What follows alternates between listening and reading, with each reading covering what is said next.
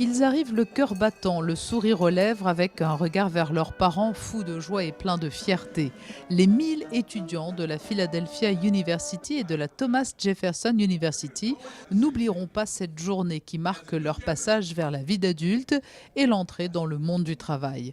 Comme le veut la tradition américaine, ces centaines de jeunes Américains ont officiellement reçu leur diplôme d'études supérieures, coiffe sur la tête, et sous le regard d'un invité de marque, le prince Albert II. De retour dans le berceau américain de sa famille maternelle, Philadelphie, le prince souverain a été fait docteur honoris causa en sciences humaines, en ce jour si particulier pour tous ses étudiants.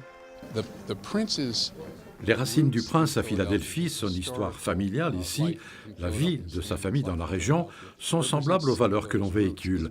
D'ailleurs, l'un des bâtiments de notre campus universitaire est le lieu où sa maman allait à l'école quand elle était jeune.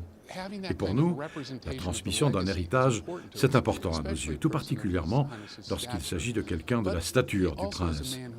C'est aussi un homme qui a une vision. Il a sa position en faveur de l'environnement et son implication dans le domaine de l'éducation, tout comme son engagement à travers sa fondation. Eh bien, tout cela, c'est exactement ce que l'on poursuit au sein de notre université aussi.